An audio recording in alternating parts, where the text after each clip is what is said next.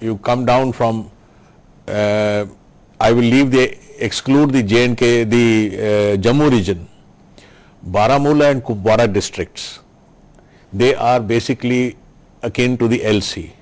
They can continue to be disturbed. The rest of the valley, if required, Anantnag could be also kept disturbed, but the rest of the valley could be declared as the Disturbed Act could be withdrawn from there. In this situation, the armed forces will be in location, they will be in barracks, they will only act in self-defense. They will not engage in coordinate search operation, they will not enter villages, they will not enter built-up areas.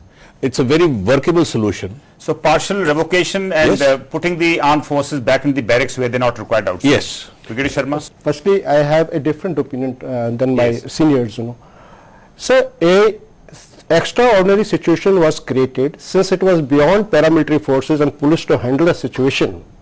The army was called in to take charge. So for extraordinary situation, you got to have extraordinary measures. For taking extraordinary measures, you got to have extraordinary powers also. So it's a very good suggestion. Those areas where militancy is less, those can be declared as undisturbed areas, or the AFSPA would not be applied. Now, what would happen, sir? We are giving a chance to a terrorist. You will put pressure in, say Kupwara is AFPSP. Yes.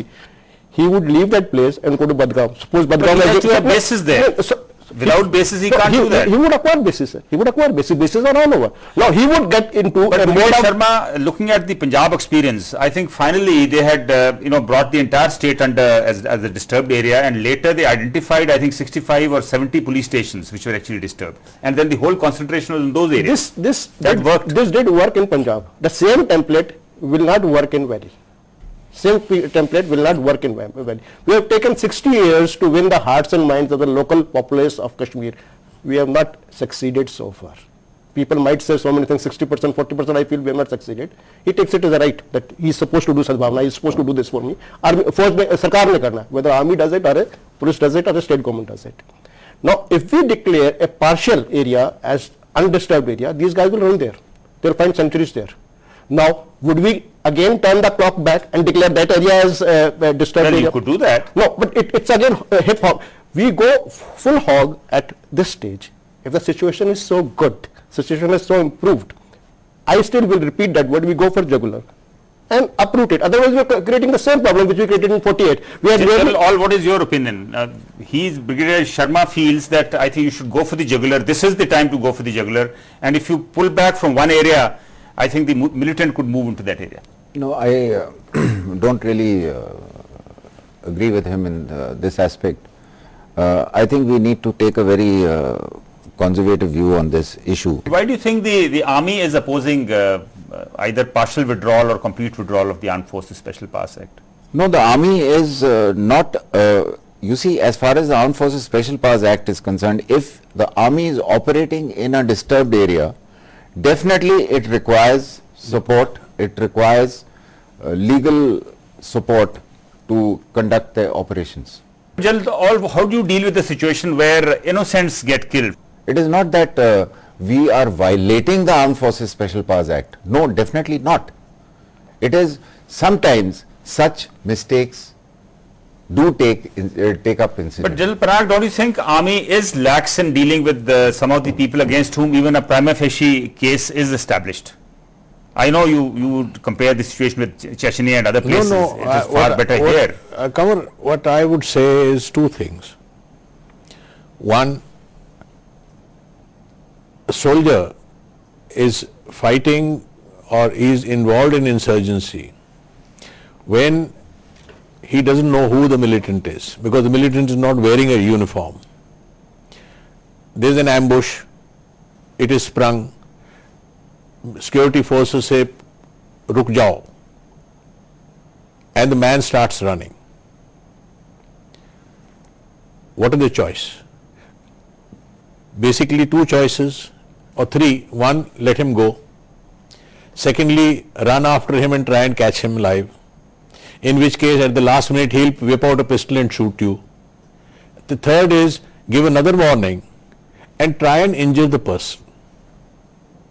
Now, in the injuring portion, sometimes it leads But to in this fatality. case, none of the three options were used. I think since the person died, so apparently he could have been hit in the leg. No, you see that's what I said. You try to injure a person, but sometimes fatality takes place. So therefore, What is your experience, Brigadier Sharma, since you had 3 to 4 stints there? Did you ever have to deal with a situation like this? I have. Now there are situations. We who have served in that area, we have proper drills at night. Firstly, at night, area is declared as a curfew-bound area, and no one is supposed to move. Even if he is moving, in case of emergency, he will move with a lamp. This is a drill which is being followed all along the border in Kupwara, Handwara. I have served in that area as the deputy commander, and we have gone out. Anyone moving at night would move with a lamp. That gives But a poor man doesn't have kerosene to move with the lamp. What does he do when there is an emergency, Brigadier Sharma? Let me complete. Now, in case when he comes near, he is challenged, and if he is now there are two aspects to it. One can be the militants themselves send some innocent chap to go ahead and see if the army is deployed in that area. They use Absolutely. him as a ruse. You know, he comes Yes. there, and if you sit in ambush, it's just a fraction of a second. You know, either he or me. Okay. When it is me, it should be he. No, I should live. You know. Okay. And it's a fraction of a second. If I challenge him and he doesn't respond, or responds negatively, I can't. No soldier can take a chance with him. He has to open up. You know, because either he will open up. Whosoever opens up first survives. You know. He is given due caution. He is supposed to move with a lamp. He is given all this thing. Though it's a very unfortunate incident to happen that if an innocent chap dies, but certain times they are orchestrated. The incidents are orchestrated. Well, by this the, definitely isn't the recent incident. There is a person who lost his life. No, I will again could orchestrate an incident where somebody loses his life. No, I'll say that we have double standards. The politicians in J&K have double standard. When an incident takes place by police, there is a different connotation to that. When an incident takes place due to some fault of an army soldier, it's taken a different connotation. Like General said, we are very strict. Our systems are very good. We punish a chap immediately. You see that a chap is fixed for good, you know, for if he has done something wrong, where there is, like you said, prima facie proof that he has been involved, he is taken to task. But if it takes... Agreed, valid. General Pranag, given the situation what it is now, what is the role for the army that you see in J&K? I would say that other than Baramulla and Kupwara and the line of communication, 5 kilometers either side, wherever the army has got its, to move its troops, reserves, supplies, these should be army should continue sanitizing these areas, and otherwise the army can be in location, in barracks, and they should not enter the villages, they should not enter the civil areas. The security should be taken on by the state police with the CPOs as their backup.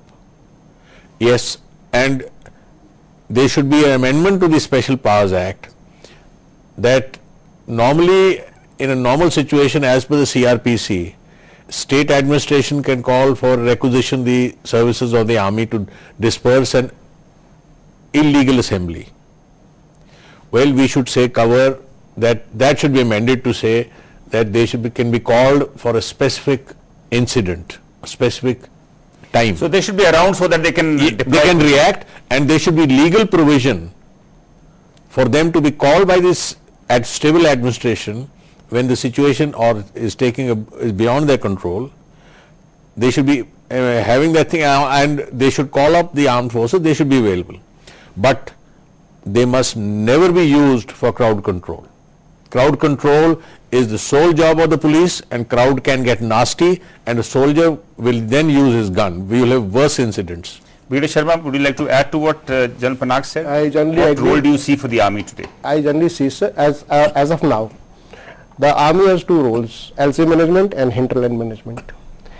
If you take RR in true sense is a PMF, paramilitary force, but though it's totally, total 100% strength is from army, the officers are from army. If you take them as army people, then only people who can be pulled out from the remote areas, as it is cities are with the police, local police and CRP. Army's operating, the RR, so-called RR, which is now taken as army, though it is a paramilitary force, is operating in jungle areas. They create a pressure so that on the terrorists, and the terrorists find a safe sanctuaries in the town. They come in the town. If at all the situation is reached such a stage, which I don't agree, but if everyone agrees that I also have to agree, then these fellows should be kept in a central places. Say, rather than having in a platoon blobs, they can have in a company or two company groups. And whenever required, like General Panag said, required, they could be called, not for the crowd control, but for actual operations. They go for the hardened, carry out operation, carry out a surgical operation, and come back so to the all this, in your opinion, then calls for some kind of a review of the deployment pattern. Deployment pattern, it's a relocation. Does the situation today call for a review of the deployment pattern? It doesn't call for a review of the deployment pattern, but definitely as far as the role of the army is concerned, it should be restricted to LC management.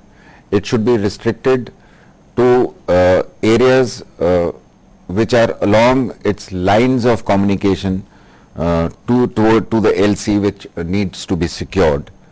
And it should be restricted to confidence building measures within the valley, so that we can wean off the population from supporting the militants that come from across the LC. So you feel that the army's role for confidence building in the valley is something which is important and important. Must continue. It's very important. Thank you, gentlemen, for being with us in the discussion. We were discussing the need or otherwise for bringing about a change in the role of the army in J&K.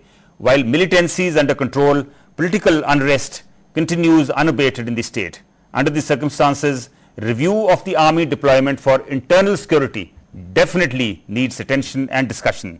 That is all in this episode of Defense Line. Do write your feedback. We meet again next week. Till then, good luck and goodbye. And for now, we continue the discussion at the bar.